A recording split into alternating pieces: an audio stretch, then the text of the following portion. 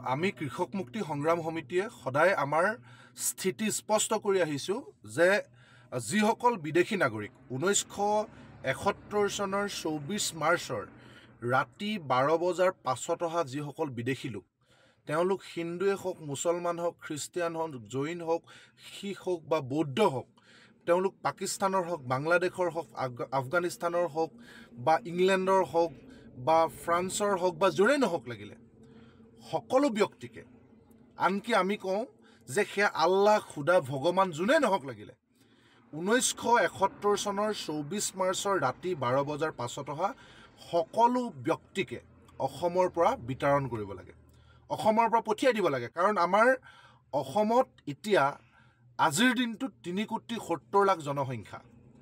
আমাৰ নিজৰ মানুহৰ কাৰণে যিসকল বৈধ ভাৰতীয় নাগৰিক তেওঁলোকৰ কাৰণে আজিৰ দিনটোত অসমৰ মাটিৰ অভাৱ। আমাৰ বৈধ নাগৰিকৰ যিসকল সতি সন্ততি, যিসকল ইউথ, যুৱ প্ৰজন্ম আজিৰ দিনটোত প্ৰায় 40 লাখ অসমত নিবনুৱা।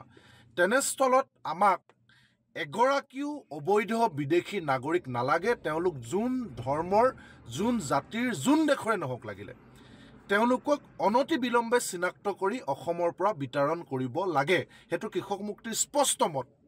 কিন্তু কেৱল সন্দেহৰ ভিত্তিত, কেৱল সন্দেহৰ ভিত্তিত কোনো ধৰণৰ উপযুক্ত প্ৰমাণ, আইনী কোনো ধৰণৰ আইনগতভাৱে বিদেশী বুলি প্ৰমাণ নোহোৱাকৈ কেৱল সন্দেহৰ ভিত্তিত যদি বাৰে বাৰে এটা চমক সৃষ্টি কৰিবৰ কাৰণে, ইছ্যু ডাইভাৰ্ট কৰিবৰ কাৰণে, কেৱল পাব্লিচিটি ষ্টাণ্টৰ কাৰণে, বিদেশীৰ নামত ৰাজনীতি কৰিবৰ কাৰণে, সাম্প্ৰদায়িক ৰাজনীতি কৰিবৰ কাৰণে যদি বৈধ মানুহক কেৱল ধৰ্মৰ ভিত্তিত এনেকৈ বাৰে বাৰে হাৰাশাস্তি কৰি থকা হয়, তেতিয়াহ'লে বৈধ নাগৰিকসকলেও নিজকে দ্বিতীয় শ্ৰেণীৰ নাগৰিক বুলি অনুভৱ কৰিবৰ কাৰণে তেওঁলোক বাধ্য হ'ব, যিটো সমাজৰ কাৰণে কেতিয়াও শুভ লক্ষণ নহয়।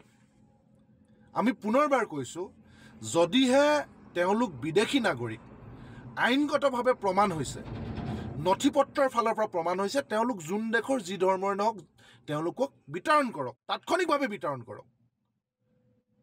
কিন্তু কেৱল যদি সন্দেহৰ ভিত্তিত পাব্লিচিটি ষ্টাণ্টৰ বাবে, ৰাজনৈতিক চমক সৃষ্টি কৰিবৰ কাৰণে, ৰাজনৈতিক সাম্প্ৰদায়িক এজেণ্ডা ফুলফিল কৰিবৰ কাৰণে যদি নিৰ্দিষ্ট ধৰ্মৰ মানুহক টাৰ্গেট কৰি এনেকৈ বাৰে বাৰে হাৰাশাস্তি কৰা হয়, বাৰে বাৰে অপমান কৰা হয়, তেতিয়াহ'লে সেই বৈধ নাগৰিকসকলেও নিজকে দ্বিতীয় শ্ৰেণীৰ নাগৰিক বুলি ভাবিবলৈ বাধ্য হ'ব, যিটো সমাজৰ কাৰণে শুভ লক্ষণ নহয়।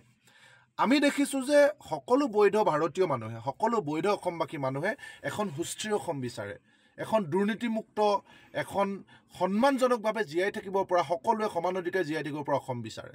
তাততো কাৰো ভুল হ'ব নোৱাৰে। কিন্তু সেই ধৰণৰ এখন সমাজ গঢ়িবলৈ হ'লে এনেকুৱা ধৰণৰ কিছুমান হঠকাৰী, ৰাজনৈতিক চমক সৃষ্টিকাৰী সিদ্ধান্তই সমাজখন নিশেষ কৰিব, ধ্বংস কৰিব।